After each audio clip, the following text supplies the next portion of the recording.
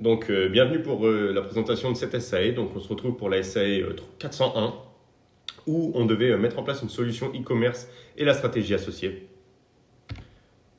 Donc, notre agence, c'est du coup une agence culturelle située dans la région Centre-Val de Loire. Nous, on a décidé puisque c'est ce qu'on écoute le plus, d'être une agence orientée surtout vers le rap. Et donc, notre objectif, c'est de réunir les fans de rap et de concerts et de festivals, mais surtout les fans de rap. Et pour ce site web, on a envisagé d'utiliser l'hébergeur Always Data, puisque c'est celui qu'on utilise le plus souvent, et du coup, ils nous font confiance, et on connaît vraiment bien cet hébergeur. Donc notre équipe, elle est constituée de 3 membres. Donc moi-même qui suis rédacteur web et qui pour ce travail ai énormément travaillé la communication. Brian et Esteban qui sont développeurs. Brian s'est occupé de la boutique en ligne et Esteban s'est occupé du design du site. Donc pour les artistes qu'on a choisis, on en a choisi 9. Donc on a choisi Odé, Achille, Ritza, Josman, Dossé, Niro, Camro et Chikou, qui sont tous issus de la région Centre-Val de Loire, donc de Tours, d'Orléans ou de Blois ou d'autres villes. Et on a choisi VG Dream, qui s'appelle Satchela Edvard JJ, qui est originaire d'Orléans et qui a fait plusieurs hits, comme par exemple Ramener la coupe à la maison et Elle est bonne sa mère. Et pour nos partenaires, on a choisi Fitness Park, la Nouvelle République, l'Office du tourisme de Tours et Sweet FM, puisque c'est des partenaires qui peuvent nous suivre de près et qui ont vraiment un gros impact dans la région Centre-Val de Loire. Donc là, du coup, je vais vous présenter les salles de concert identifiées. Donc pour ceci, j'ai utilisé un outil très très simple, très connu, qui est Excel, où j'ai classé toutes les salles de concert du département qui pouvaient accueillir des gros artistes populaires avec beaucoup de spectateurs. Donc je les ai classés avec un nom pour savoir tout simplement le nom de la salle de concert, leur adresse, leur nombre de places, pour pouvoir les classer après avec la taille de la salle. Voilà, comme ceci, par exemple, si c'est une petite salle, on met petite salle, grande salle, grande salle. Et du coup, le site web de chaque salle. Voilà, c'est important. Si par exemple on veut le contact, on va directement sur le site web, il y a les contacts.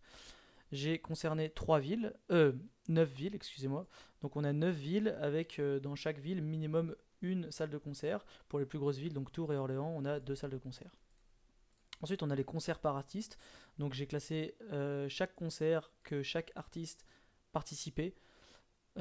Par exemple, si on veut savoir VG Dream, il participe dans quel concert, et ben il sera dans ces concerts-ci, donc avec la date, avec la salle de concert et du coup le nom du concert, parce que oui, forcément, on a un nom pour chaque concert, comme ça permet de nous organiser par la suite sur le site web. Ensuite, on a les artistes par concert. Donc là, c'est différent. Sur chaque ville, on a donc chaque concert avec la date, le nom du concert, la salle de concert, l'artiste que j'ai classé avec des numéros, comme on peut retrouver sur ce petit tableau ici, c'est mieux pour s'organiser, je trouve, et donc le nombre de places pour chaque concert. Donc ça c'est différent de l'autre tableau où là on avait pour chaque artiste les concerts, là on a pour chaque ville les concerts avec les artistes et avec les dates. Voilà, comme ça c'est vraiment vraiment très précis. Ensuite, on a chaque artiste. Donc là, j'ai classé les artistes avec le nombre de streams qu'ils avaient sur l'application Spotify. Donc s'ils ont plus d'1 million de streams, ils sont disponibilité difficile, donc c'est difficile de travailler avec eux, etc. Voilà.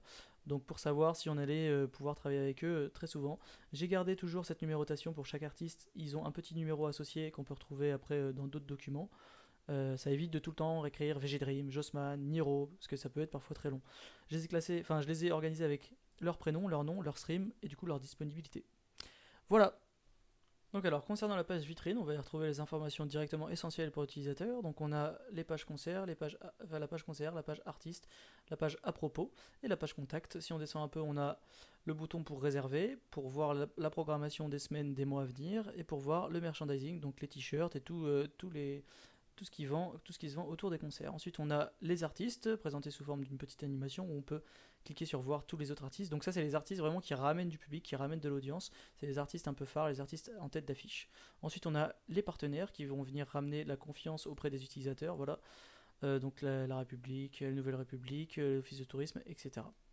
Ensuite, on a une application mobile qui permet de s'exporter aussi sur d'autres supports. Voilà, donc les utilisateurs généralement sur Android et sur iOS, ils aiment bien avoir une application, c'est plus pratique pour eux que d'aller sur Safari ou Google. Ensuite, on rentre dans le vif du sujet avec les concerts populaires où on peut avoir accès à tous les concerts du moment avec leur date, leur ville, leur prix et le nom du concert. On peut aussi directement ajouter au panier, comme on peut cliquer dessus pour avoir plus d'informations. On voit ici promotion quand il y a une promotion. Ensuite, on a un peu plus d'informations sur d'autres rappeurs. On a des offres spéciales, des événements spéciaux et des avis qualitatifs. Donc ça aussi, ça rajoute un peu de la confiance envers les utilisateurs, notamment les avis.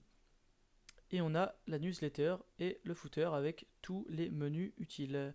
Là, ici, on a, je sais pas si on le voit derrière ma caméra, mais on a les modes de paiement. Voilà, c'est aussi un indicateur de confiance pour les utilisateurs. Pour ce qui est de l'ergonomie du site web, on a opté pour un site vraiment très soft, vraiment très calme, avec des bords par exemple arrondis, avec des couleurs très très calmes comme le rose ou le vert, ce qui rappelle un sentiment chaleureux, un sentiment posé, ce qui donne confiance à l'utilisateur. Par exemple, si on descend un peu sur la page, on retrouve des designs assez particuliers.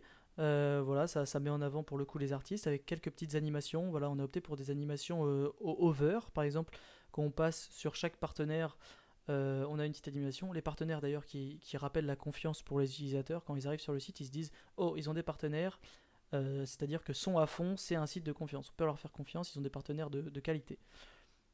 Ensuite, pour ce qui est du design, on va tout le temps droit au but. Par exemple, là, on est direct descendu un peu plus sur les concerts populaires, où on parle directement des concerts avec les affiches. On a les petits icônes promotion qu'on peut retrouver aussi ici. Donc 29 € à la place de 32 par exemple. Et voilà, c'est tout pour l'ergonomie. Donc un site plutôt très simple, plutôt ergonomique finalement, on peut le dire, parce qu'on va droit au but et tout en restant un peu dans la nouveauté de ces bords arrondis, vous voyez, de ce flou sur le fond de l'image, de ces couleurs très soft, mais aussi qui ne se voient pas partout non plus sur n'importe quel site web, comme le rose. Voilà. Donc alors le site est entièrement responsive, comme vous pouvez le voir, sur toutes les pages. Le responsive est géré automatiquement, semi-automatiquement par Elementor. Parfois il faut faire attention, il faut faire des petites modifications. Même sur cette page là par exemple, quand je bouge, toutes les informations sont entièrement lisibles par tous les supports. Ensuite, moi, je vais vous présenter du coup tout ce qui est en rapport avec WooCommerce. Donc, WooCommerce, en fait, une extension qui permet de créer notre boutique en ligne directement sur WordPress. Donc, pour ce qui est des paramètres de WooCommerce, on a vraiment gardé tout ce qui était les paramètres par défaut, on va dire, de WooCommerce. On n'a pas modifié en plus les paramètres de WooCommerce. Euh, et c'est ce qui va nous permettre en fait de créer du coup directement dans l'onglet produits tous les concerts en fait qu'on a créés. Donc là vous pouvez voir la liste des différents concerts qu'on a créés avec la date et le lieu du concert. Et pour tous les concerts, on a par exemple le stock. Donc là on peut voir que pour le concert du 1-03 2024 à Tours, on a 12 000 places qui sont encore disponibles en stock. On peut voir que le prix est à 39 €. On peut aller voir la catégorie du concert, donc le lieu, enfin pas le lieu, mais le nom du concert, pardon. Donc là, vous pouvez voir que par exemple, on a tout ce qui est Holidays, on a le Music Winter, on en a plein d'autres, on a Font System, Musical.ly, il y en a vraiment plein. On a aussi des articles en promotion, comme vous pouvez le voir juste ici. On a là le prix de base qui est à 27 € et là il est à 26 €. Je vous montrerai juste après pour la création de l'article. Et ici, vous allez pouvoir voir les étiquettes avec tous les rappeurs qui il va y avoir du coup au concert. Du coup, pour tout ce qui est la gestion du stock, comme je l'ai dit précédemment, vous pouvez voir que directement dans notre onglet tous les produits, on va pouvoir voir tout, vraiment toute la totalité de nos concerts qui vont avoir un stock que moi-même j'ai choisi, enfin que notre équipe a choisi mais que moi-même j'ai entré. Du coup, dès qu'une commande va être effectuée sur le site, en fait, le stock va directement être baissé. Donc là, j'ai mis un stock de 12 000. Donc comme ça, 12 000 personnes vont pouvoir commander. Le stock baissera uniquement quand la commande sera effectuée, donc c'est-à-dire qu'elle sera payée. Si par exemple, on vient la mettre dans le panier, le stock ne baissera pas. Mais dès qu'elle sera payée, confirmer le paiement, le stock va descendre et du coup, on va pouvoir avoir des chiffres qui descendent. Donc là, c'est moi qui ai mis ce stock-là par défaut, mais en fonction d'une commande, le stock pourra baisser. Du coup, pour ce qui est de la page produit, bah, c'est tout simple. J'ai tout simplement mis le nom du produit, donc par exemple la date et le lieu. Donc, comme je vous l'ai présenté précédemment, voilà, le 1-04 2024 à Tours. Ici, on va pouvoir ajouter un petit paragraphe descriptif qui sera affiché sur la page du produit quand on cliquera sur le concert, avec ici les images et la galerie produit si jamais on veut en mettre. Et ici, du coup, comme je l'ai dit précédemment, on peut y ajouter notre petite catégorie, donc c'est le nom du concert qu'on va pouvoir mettre, et ici les étiquettes produits où là, on va pouvoir justement mettre les rappeurs qui vont être présentés pendant le concert. Ensuite, on va se rendre directement sur le site et je vais vous présenter tout ce qui est la page produit et la page artiste qui va me permettre de justement voir les concerts qui sont disponibles. Donc là, sur la page produit, on va voir du coup tous les concerts qui sont par ordre chronologique avec le prix, le nom du concert ainsi que la date et du coup le lieu à laquelle le concert sera. On pourra l'ajouter au panier avec la série directement en haut à droite. Et vous avez aussi les concerts qui sont du coup affichés en promo avec un petit pop-up qui est en haut à gauche de l'affiche avec le prix en promotion.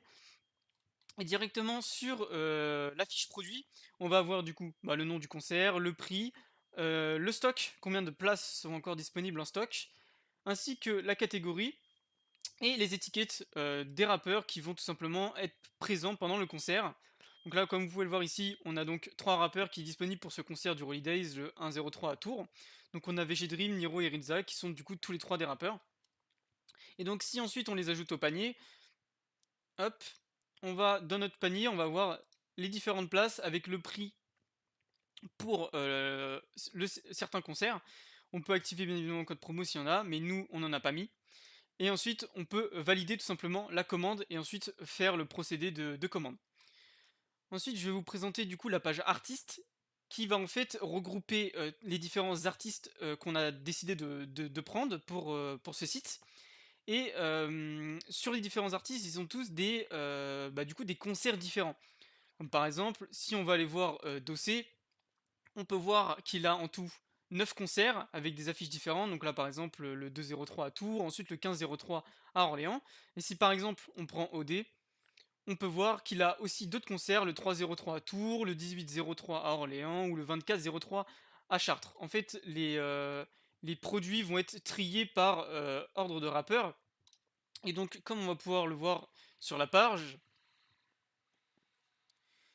directement, quand j'ai créé en fait le bloc de la boutique, j'ai décidé de le trier par les étiquettes et du coup par OD là par exemple. Donc tous les produits que j'ai créés avec l'étiquette OD vont s'afficher sur la page OD.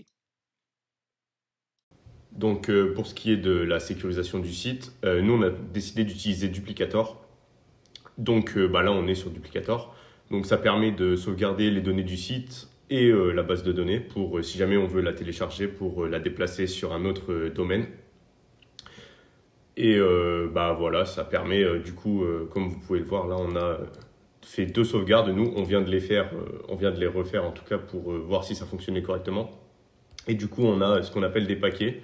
Et après, on a juste à les télécharger et à les exporter sur le domaine qu'on a envie d'utiliser si on a envie d'exporter le site. Et donc maintenant, pour la partie sur les outils mis en place pour le référencement, nous, on a choisi d'utiliser le plugin Yoast SEO, juste ici, qui permet d'analyser la lisibilité du contenu, d'analyser le nombre de mots-clés, les requêtes, le titre de la page, tout ça. La métadescription, par exemple, encore ici. Nous, là, en termes de lisibilité, il nous dit qu'on est bon selon différents critères, comme par exemple les phrases, les mots utilisés, voilà, tout ça. Et en revanche, pour ce qui est du SEO, il dit qu'on est OK. Donc, c'est pas mauvais non plus, mais on aurait pu mieux faire si on avait plus de contenu sur la page. Parce que disons qu'il trouve que métadescription, tout ça, c'est assez bon. En revanche, les gros problèmes arrivent sur les images ou sur les longueurs de texte, tout ça, puisque sur notre page, nous, on n'a pas vraiment de texte, en tout cas, pas autant qu'il le faudrait pour avoir une page vraiment très très bien référencée. Ni même des images, on en a quelques-unes, mais on n'en a pas assez, les pages ne sont pas assez longues. Donc voilà, on a décidé d'utiliser Yoast SEO, puisque on le connaissait déjà, et ça nous a permis de retravailler et de nous améliorer sur le travail avec Yoast SEO. C'est tout pour cette présentation. Merci de nous avoir écoutés.